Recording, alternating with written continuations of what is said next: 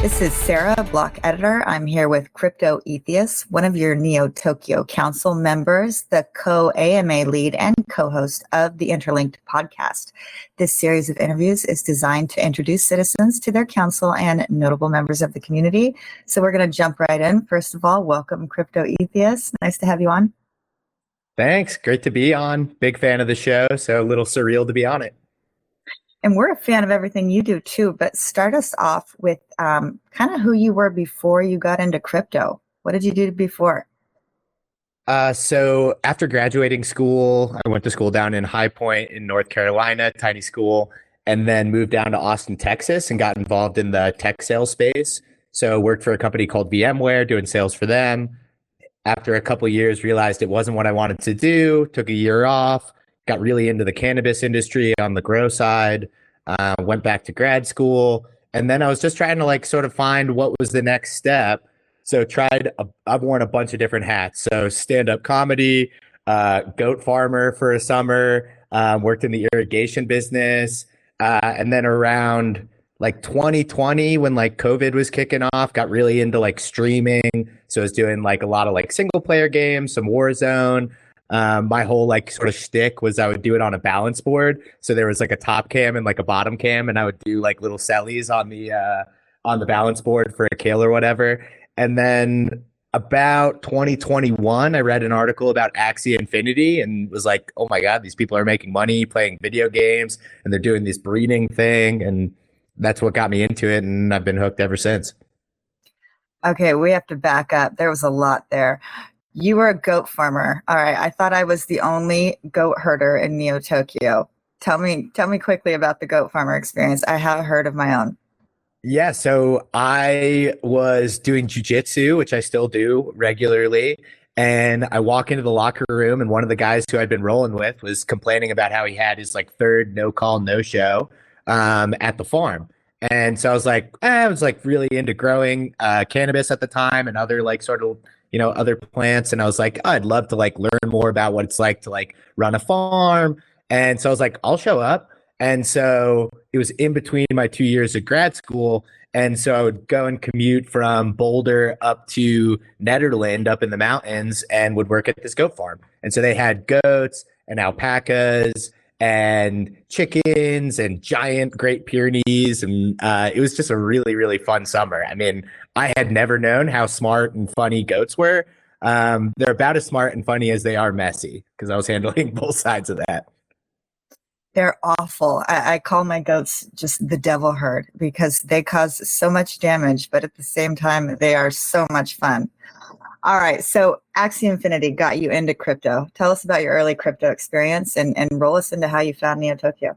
Yeah. So I guess right before Axie Infinity, I had just started getting into Bitcoin and Ethereum. Was locked down for COVID. So I was spending a lot of time on the computer, was okay, had heard about Bitcoin when I was at VMware, which I don't even like to think about because I would have made a good amount of money if I had got into it then. But 2021 started to get into Bitcoin and Ethereum just through Coinbase and Celsius and BlockFi and FTX. Luckily, I ended up dodging most of those collapse. But then Axie Infinity really interested me, the sort of inroads between gaming and crypto and the ability to have this real economy. So I dove right in, and my first sort of on-chain experiences were download a MetaMask, figure out Ethereum, figure out how to do these transactions, then figure out how to bridge to Ronin and get into the Axie system. And I was really focusing on playing the game, but really breeding. And so found that just to be a really, really fun mechanic. And then got into NFTs, which I owe it, which was the biggest sort of in one way, it was very fortunate I got into NFTs because that's what brought me to Neo Tokyo and all of the things that have stemmed from that. But I also got absolutely killed in ETH NFTs, Sol NFTs, Polygon NFTs.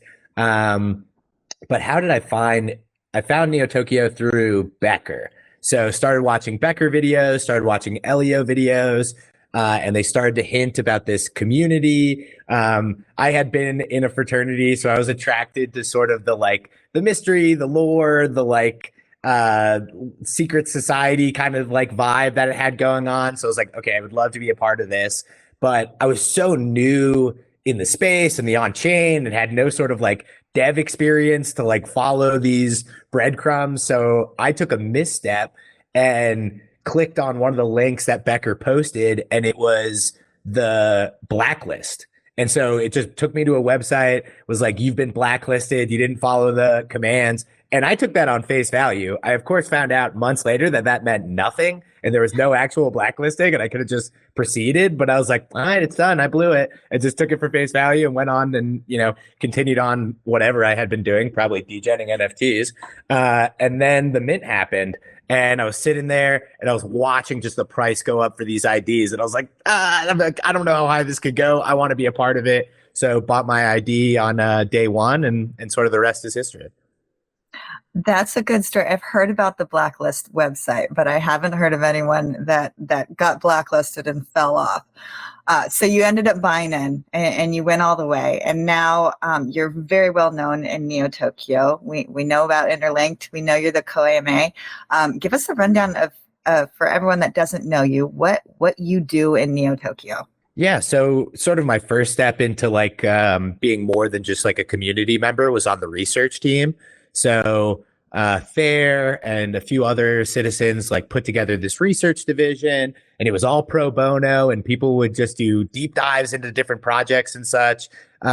We never were able to figure out a way to make that sustainable. That then turned into NGMI Labs, which I think now has turned into something else. So that was my first stab. Once that like sort of quieted down, I just was really a community member for maybe a year or so.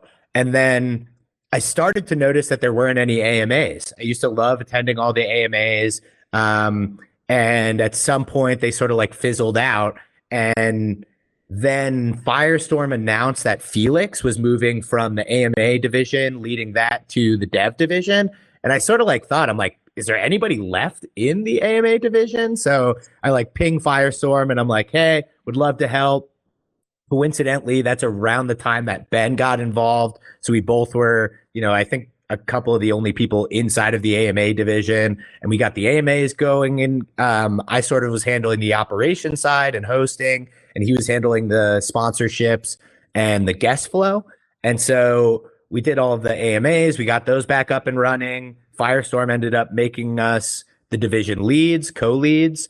And then we got the podcast going, which was sort of a rebirth of, I think there were like 6 episodes or something for Interlinked originally, and then that fell off. So we picked that banner up, and Ben killed it right out the gate and got us Shrapnel and Playable as a sponsor. And then like within the first couple of weeks, we were booked out like 3 or 4 months because he's the super networker. And so, yeah, mostly now to like sort of bring us to the present, I co-lead that along with Ben. We've got now a 5 or 6 person team. We've got LeBoomington, who of course he's doing all the editing.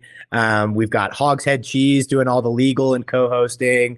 We've got aka Lack of Vegetables, helping with a lot of the administrative and scheduling. We got Photoshopped Joe, who's doing the or Photoshopped Af, who's doing the thumbnails.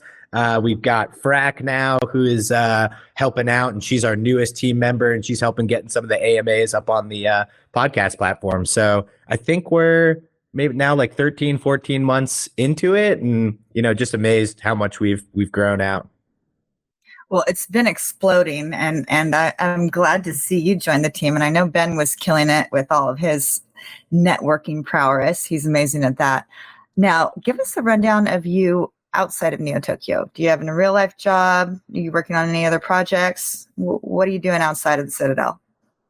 Yeah, so where's kind of standard for myself, I'm wearing a bunch of different hats. So I produce the National Pickleball League's podcast. So got involved with them. And that's the 50 plus Premier League, which is like super fun. And they're in their 2nd season and have been selling teams. So now there's 12 teams, and they're halfway through that 2nd season. So got involved with them. That's been like a lot of fun. On top of that, like jujitsu is a huge part of my life. So I usually spend a good amount of time in the gym training there. Have been competing recently. So that takes up a good amount of like time. And then really to like pay the bills and such, I mostly focus on investing. So do crypto.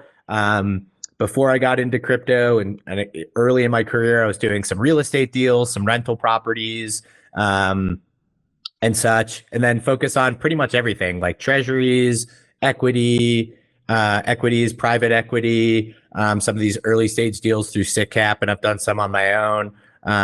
So yeah, that's sort of how the bills get paid. I always like to say like upfront, I got the mom and dad airdrop, and that sort of enabled me to be able to do the investing full time. So I always like to include that. I wasn't Ray Dalio in his garage picking United stocks before it got blown up and was able to make my own nest egg. But always think that's an important disclosure. But that's what I do now. I like it. I think take the mom and dad airdrop and go bigger. Why not? It's a good thing to have, especially if your parents worked hard to be able to do that. Give us your main expertise. If someone is in the Citadel and they need to figure something out, who's going to reach out to you? Why are they going to need to talk to you? Yeah, so I mean, it would either be in sort of the AMA or podcast realm if you're looking to get the word out through one of our platforms, or some advice on how to do that through your own.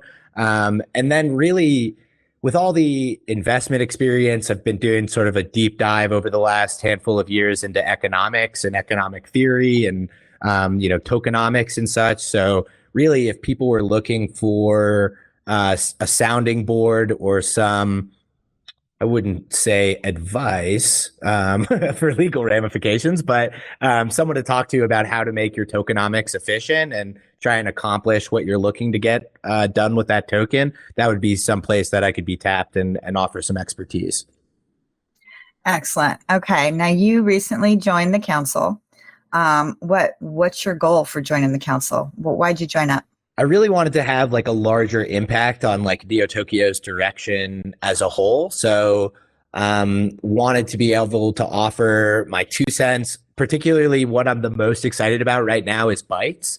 I think there's a lot of potential that can be done with Bytes. I can't get into the nitty gritty details, but that's probably like my number one focus that I wanted to have impact on going into the council. I think there's some low-hanging fruit that could drastically improve not only the narrative around Bytes, but the tokenomics as well. And then just, offering my 2 cents on any other sort of like initiatives or directions. Really the beautiful part about my role and really Ben's role is because we're talking to different projects every single week. Sometimes we're doing 2 or 3 AMAs, then the podcast on top of all the different networking. We end up being like a nexus of ideas where we really have a good insight into not only the space, but what's going on inside of Neo Tokyo as well. Okay, now our hardest question. This one comes from Blockchain Meta. We reserve it only for the leads and council members.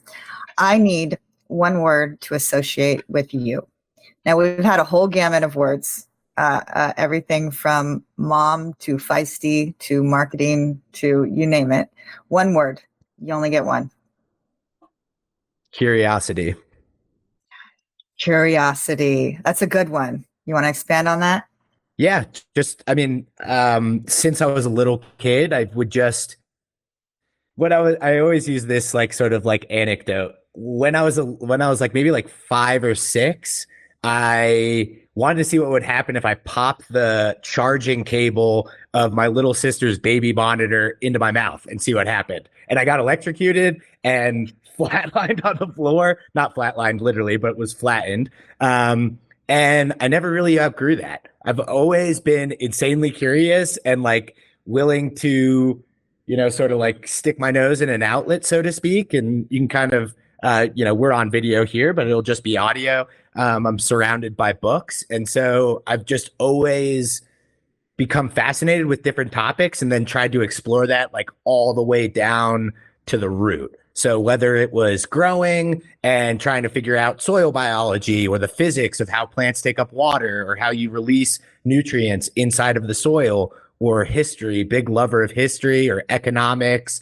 I just try and get all the way down to the root. So that curiosity has taken my life on like a meandering path. And sometimes, I don't even realize that the grow diaries that I used to make for growing cannabis, I would take people from seed to flower and show all the different sort of like traits of this particular strain and how it grew and such. I had no idea that that was going to pay dividends later when I was doing the editing for the early stages of the podcast. So that sort of curiosity has given me a very wide base, which continues just to pay dividends later in my life.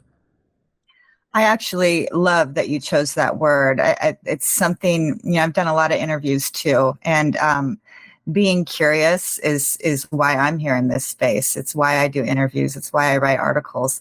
But it's one thing I've noticed whenever I find someone hard to talk to or lacking or just an off personality, it usually has to do with their lack of curiosity. Those people that already know everything, they are hard to work with.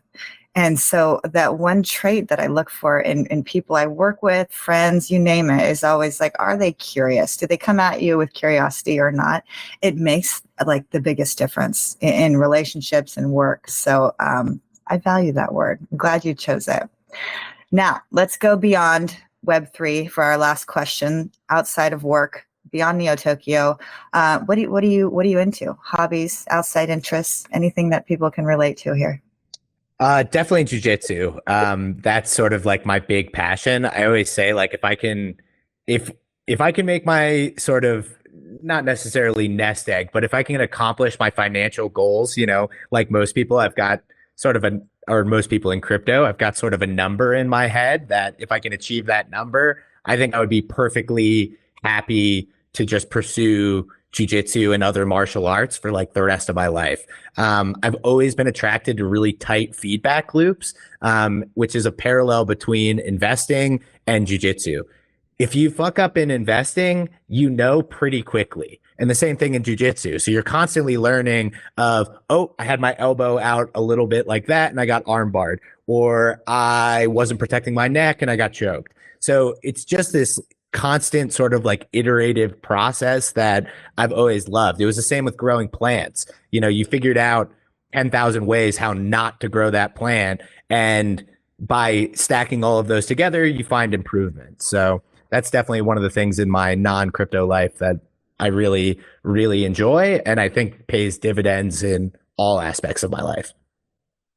Excellent. Thank you for that. I think we have a lot of jiu-jitsu fans. I know, don't we have a chat somewhere in the Citadel for specifically martial arts and jiu-jitsu? It's been rolling over there. Yeah, so we do. Yeah, Are you in there? Yep. So I was the original poster on that. You were? Super stoked. Super stoked that there are so many people in our community who roll. And then obviously we got even more life poured into it when Becker started his jiu-jitsu journey. And the funny thing is, like, if you're in that chat, usually Becker will chime in every once in a while or sometimes be quite active. So when people in Perg or Angie's are like, why is Becker never in here? I'm like, Matt, you should maybe try jiu-jitsu. He's in the jiu-jitsu chat. All right.